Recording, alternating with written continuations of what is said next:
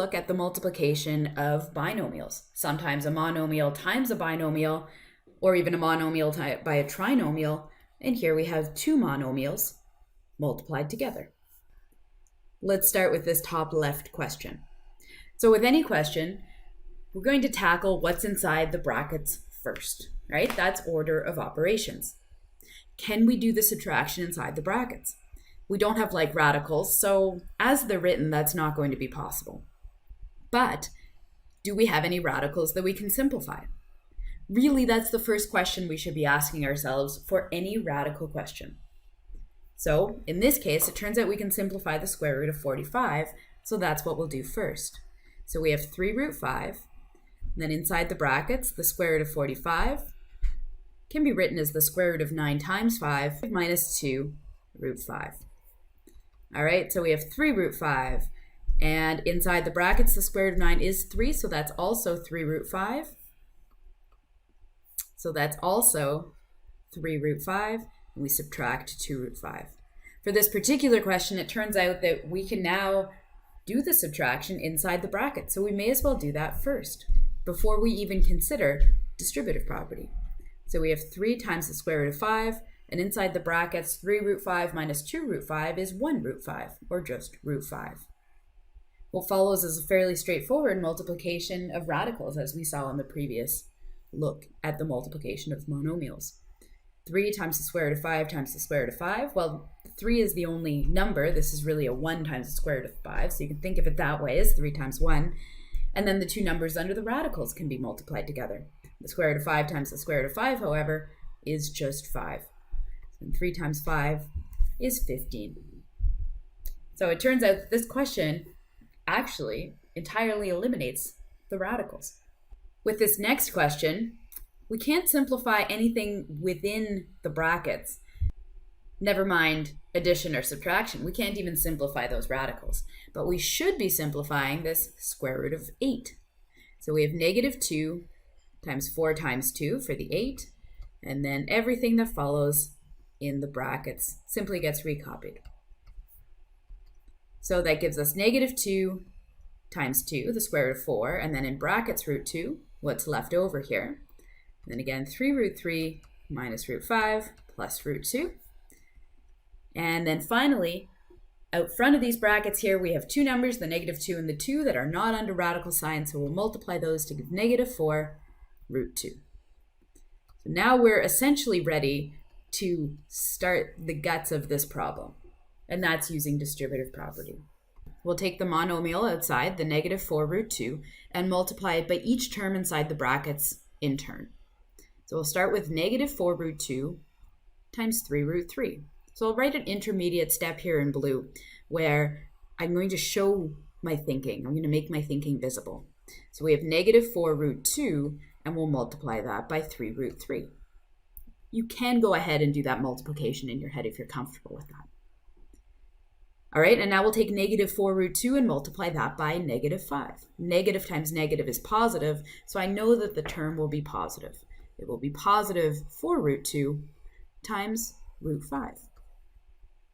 And then finally, we'll take negative 4 root 2 and multiply it by root 2. Negative times positive is negative, so I'll put in that negative sign immediately and then just worry about multiplying 4 root 2 times root 2. So let's actually do that multiplication. Again, any numbers not under radicals can be multiplied together. So in this first term, we'll take the negative 4 rather, and multiply it by 3 to give negative 12. And then we'll multiply the values under the radical. 2 times 3 is 6. So we get negative 12 root 6. For the second term, we have a 4, and there's really a 1 here in front of the root 5. But essentially 4 times 1 is 4, so we're really just copying that 4 down as the only value not under the radical sign. And under the radical, of course, we have 2 times 5 is 10.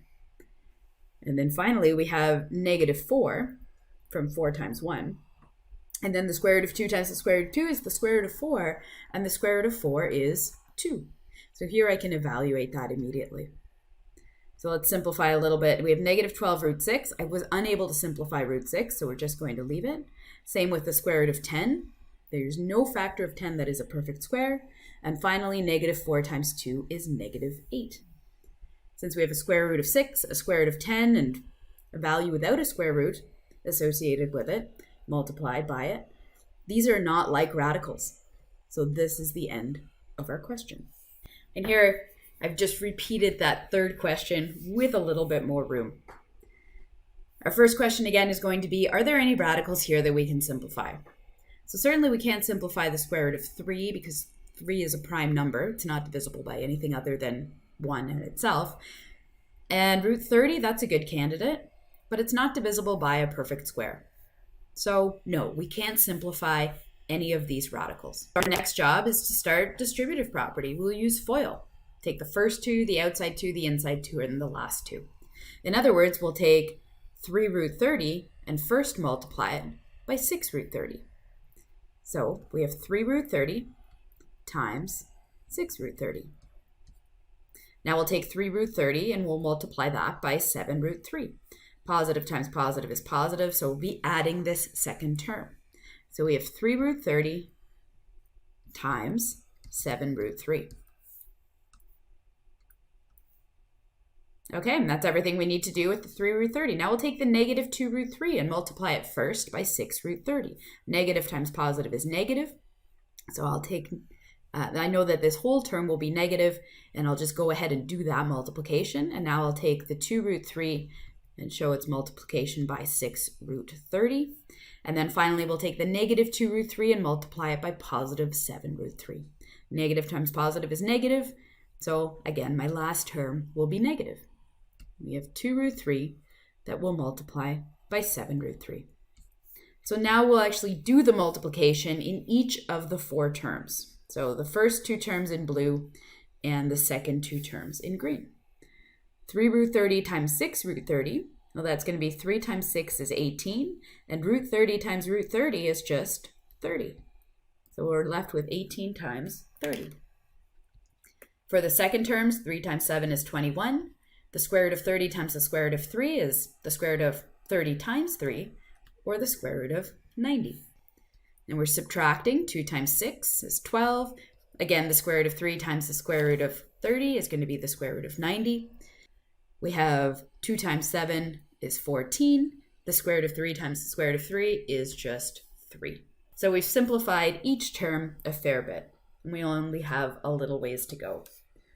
So we do need to simplify the rest of the multiplication pieces, and these radicals, the square root of 90 can certainly be simplified as well. And we have 2 terms that have a square root of 90, so we can go ahead and add those. 18 times 30 is 540. I know that I can simplify the square root of 90, but because they're already like radicals, I may as well go ahead and do that addition first. So I have 21 and I'm subtracting 12. So that's going to give me positive 9 root 90. And then finally, negative 14 times 3 is negative 42. So we have 2 terms that are the same, they're just numbers. You can consider them as like radicals in this context. So we just take 540 and subtract 42 to give us 498. And now we need to simplify this radical. The square root of 90 can be written as 9 times 10. 9 being the perfect square here, so we have 498 plus 9 times the square root of 9, which is 3, times the square root of 10. So I have 498 plus 27 times the square root of 10. And that's our final answer.